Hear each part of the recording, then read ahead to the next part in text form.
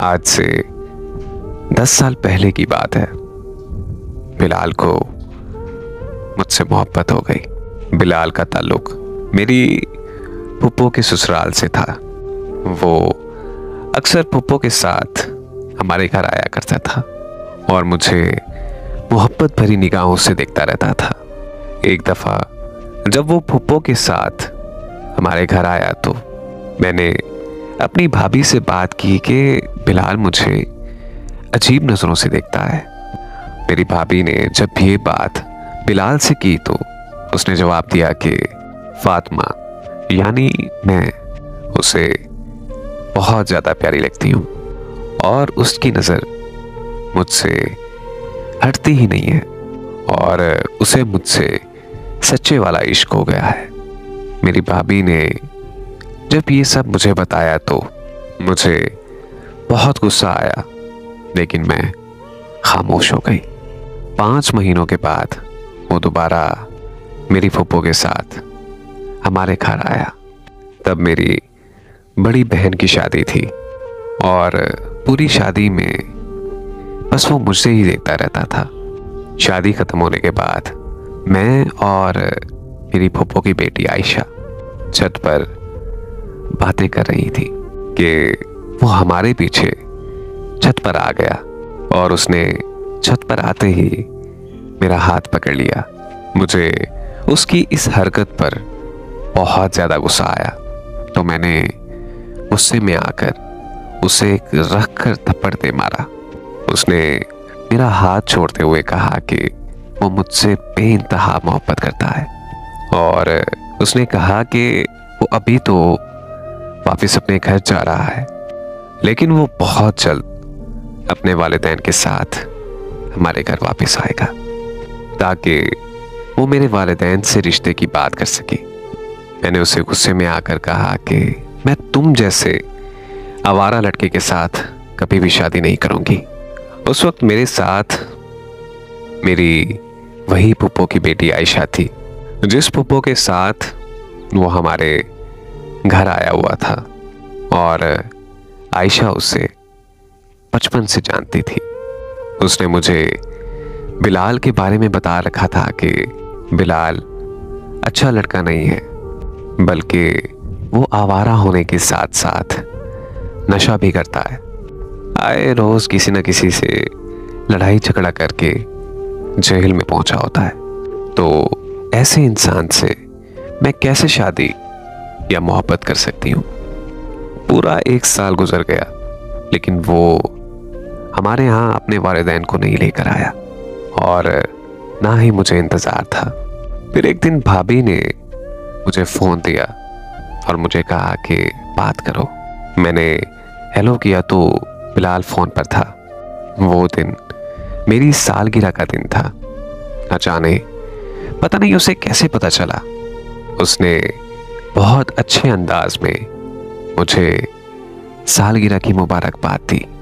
मैंने उसे ये कहते हुए फ़ोन बंद कर दिया कि मुझे आइंदा के बाद कॉल मत करना। उस दिन पहली बार किसी ने मुझे सालगिरह की मुबारकबाद दी थी और उस दिन मेरे दिल में पहली बार मोहब्बत का एहसास पैदा हो गया।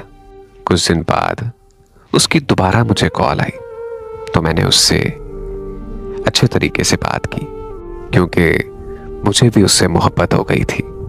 हमने बहुत सारी प्यार मोहब्बत की बातें की और एक दूसरे के साथ जीने मरने की कस्में खाई।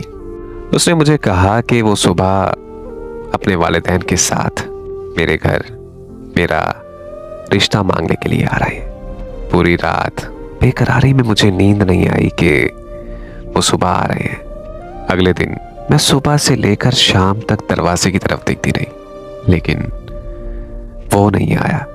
मैं बहुत ज़्यादा रोई और मैंने खुद के साथ एक वादा किया कि मैं अब कभी भी उससे बात नहीं करूंगी। 15 दिन बाद दोबारा उसकी कॉल आई और उसने मुझे कहा कि वो लोग आ रहे थे मगर रास्ते में उनका एक्सीडेंट हो गया। वो सब पूरी तरह जख्मी हो गए हैं और आज ही सब अस्पताल से वापस आए हैं।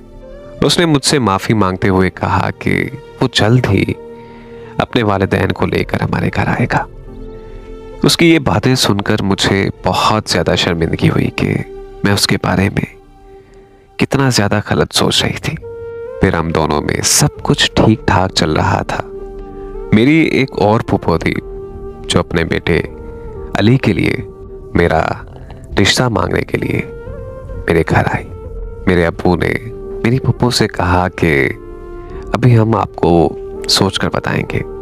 वो लोग हमारे घर से चले गए और फिर कुछ ही देर बाद बिलाल की कॉल मेरी भाभी के नंबर पर आई। उसने मुझे कहा कि आयशा ने मुझे बताया है कि तुम्हारे घर अली का रिश्ता आया है और उसने मुझे ये भी बताया है कि तुम और अली आपस में मोहब्बत करते हो।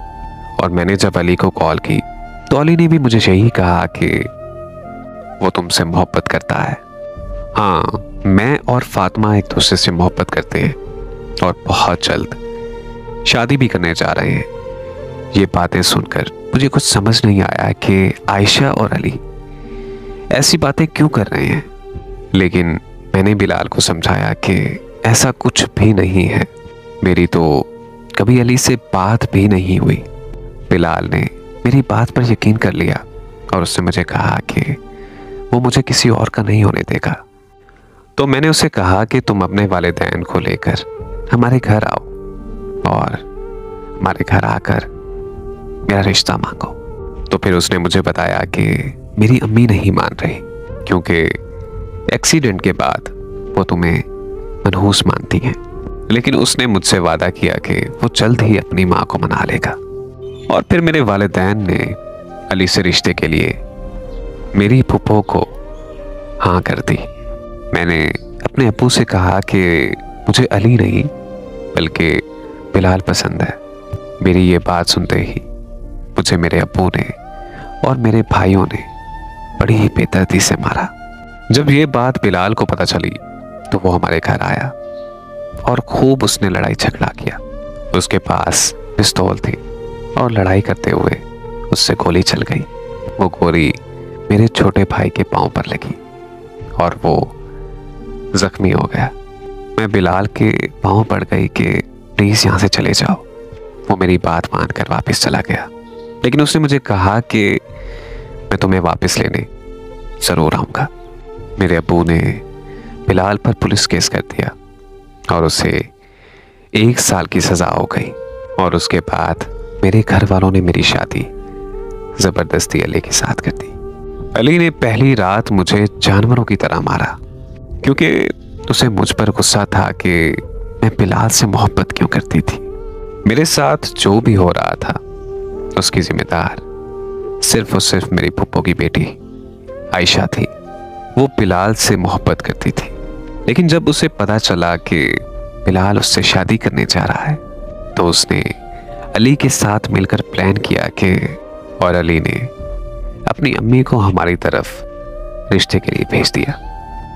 आयशा ने ही बिलाल के घर वालों को मेरे खिलाफ किया था। वो मेरी बहुत अच्छी दोस्त थी, लेकिन उसने अपनी मोहब्बत हासिल करने के लिए मेरी जिंदगी तबाह कर दी। बिलाल जब 1 साल बाद जेल से वापस आया तो उसने बिलाल को मेरे खिलाफ कर दिया। बिलाल मेरे इतने खिलाफ हो गया कि वो मुझे धोखेबाज समझता था।